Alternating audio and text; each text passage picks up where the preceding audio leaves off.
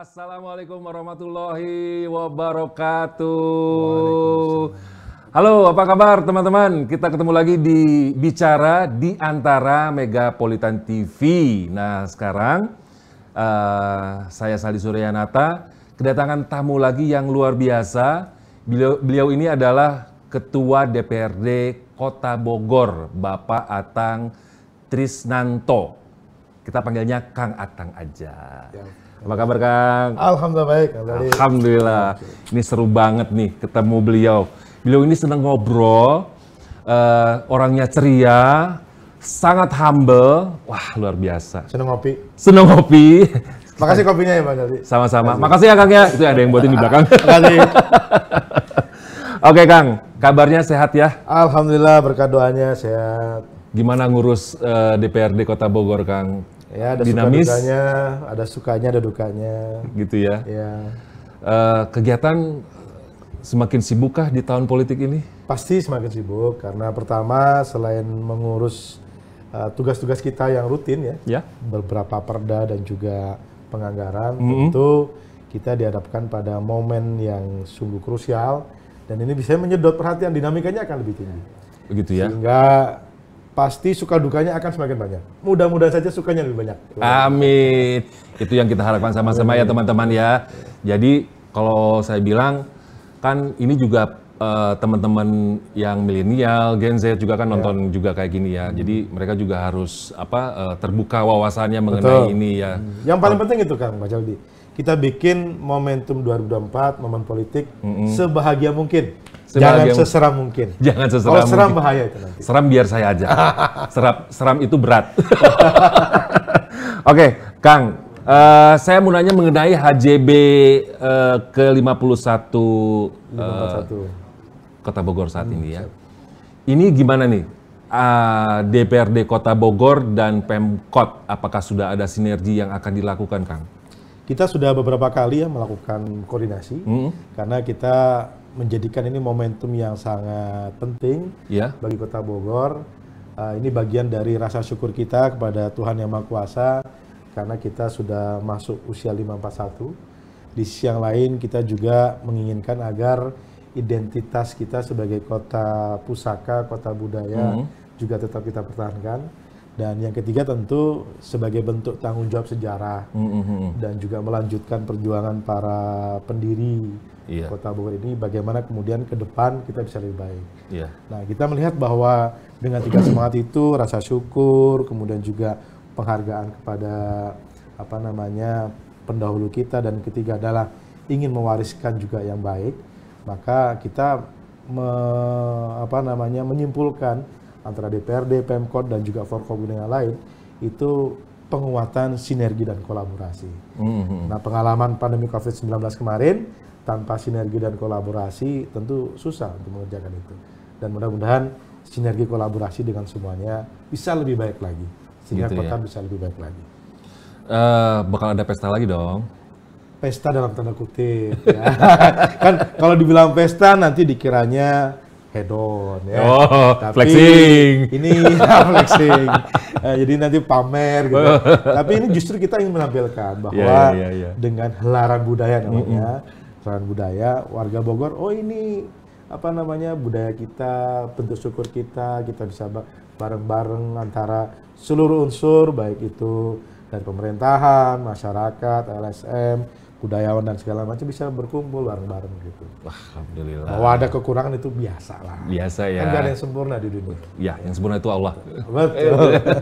Nah, teman-teman, di sela-sela kesibukan Kang Atang ini, ternyata dia masih sempat menyelesaikan S3 ya, betul ya? Doktor, alhamdulillah. Ya? S3. Nah, boleh ceritain nggak? Sebuah perjalanan yang berliku, gak mudah, menguras air mata, ya. Tidak hanya menguras harta, karena 6 tahun, teman-teman semua, 6 tahun kan berarti tinggal mengalihkan saja, Bang Zaldi.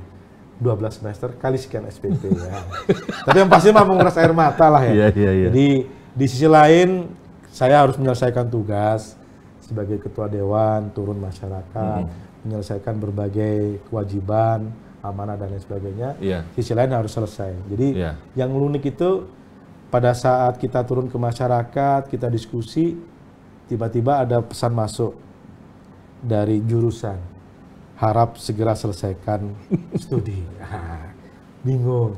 Di saat kita mencoba duduk, menulis disertasi, tiba-tiba ada telepon dari warga, Pak tolong, ini anak saya mau melahirkan. Jadi di situ lainnya. Alhamdulillah berkat support dari istri, keluarga, teman-teman semuanya, dan juga terutama dari pembimbing ya.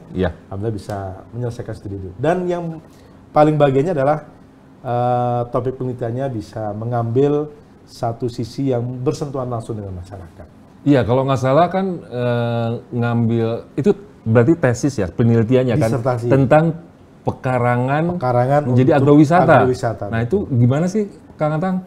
Kok akhirnya memilih tentang pekarangan atau halaman rumah dijadikan agrowisata? Kan kalau kita tahu kalau Kota Bogor ini kan nggak banyak kan, pekarangannya kecil-kecil, sempit. Itu gimana Kang?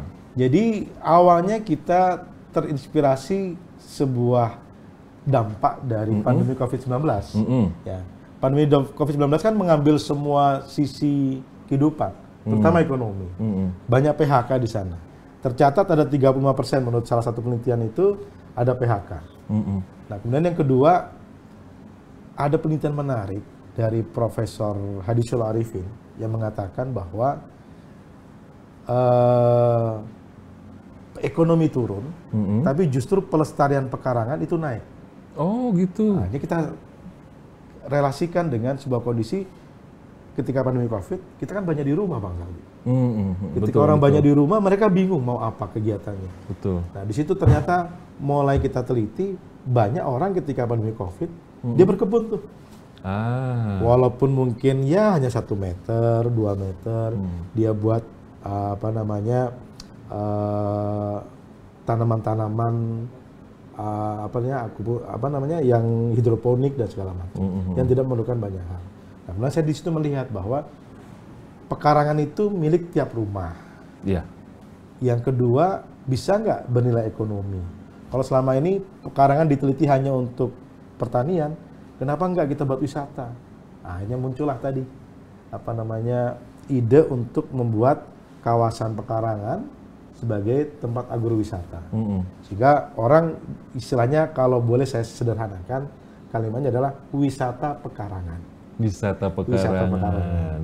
Ada orang wisata pegunungan, wisata pantai. Sekali-kali kita buat wisata pekarangan. Kenapa? Menarik kok kalau kita buat gitu.